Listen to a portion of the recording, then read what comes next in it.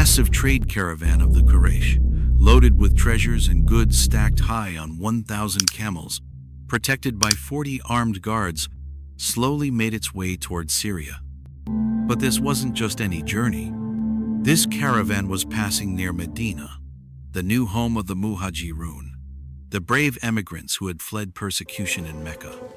The Quraysh had confiscated their property, looted their homes, and relentlessly oppressed them.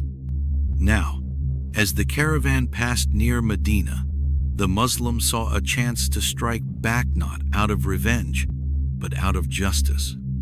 The news reached the Prophet Muhammad, peace be upon him. Abu Sufyan, leader of the caravan, was on the route. The Prophet, PBUH, gathered his companions.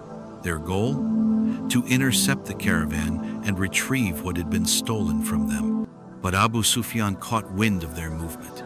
Alert and cunning, he quickly sent a desperate message to Mecca, warning the Quraysh, "Come out and defend your trade. The Muslims are moving." Mecca boiled with arrogance and pride. The Quraysh responded with fury and foreseeing an army of 1,000 men, 100 horses, and 700 camels, fully armed, thundered out of Mecca. They weren't just coming to protect a caravan, they were coming for war. In Medina, the Muslims received shocking news. The Quraysh army is on its way. They now had two choices. 1. Retreat and risk letting the enemy march into the heart of Islam. 2. Or stand and fight even though they were outnumbered 3-1. Their decision? If we meet them, we fight them to our last breath.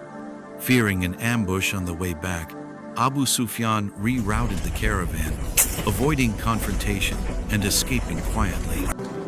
He sent a message back. The caravan is safe, no need to fight. But one man in Mecca didn't want to back down. Abu Jahl, the fiercest enemy of Islam. He arrogantly declared, "Let us go to Badr, stay for 3 days, eat well, drink wine, play drums, and dance. Let all of Arabia witness our glory." Prophet Muhammad, peace be upon him, with 313 companions, marched out.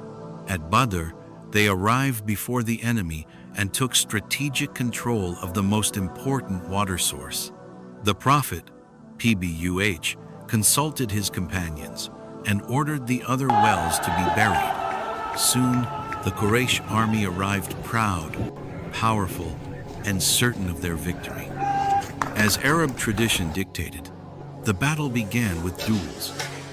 With the courage of lions and faith unshakable, Hamza and Ali quickly defeated their foes. Ubaidah was wounded but bravely took down his opponent. Then the battle erupted. The odds? 1,000 versus 313. But the believers had something far greater than numbers. They had faith, unity, and the help of Allah. Against all expectations, the Quraysh were crushed. 70 enemy leaders were killed. 70 were captured. The Muslims lost only the 14th of March tires. It was a miraculous victory, the first clash of truth against falsehood. The Prophet, PBUH, treated the prisoners of war with kindness and dignity. Many were freed in exchange for teaching Muslims how to read and write.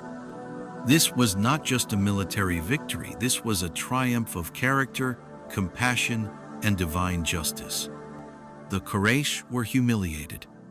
They couldn't understand how a small, poorly armed group could defeat their massive army. Too ashamed to spread the news, they hid their defeat, but the world had already changed. The unity between the Muhajirun and the Ansar became unbreakable. Islam had emerged as a force of truth, and the Battle of Badr became a turning point in the history of mankind. This was not just a battle of swords. This was a battle of faith against fear, humility against arrogance, truth against tyranny. This was Badr. The heavens supported the earth, and a small group of believers changed the course of history forever. Subscribe to the channel for more powerful stories from the life of the Prophet Muhammad, PBUH, and the golden era of Islam.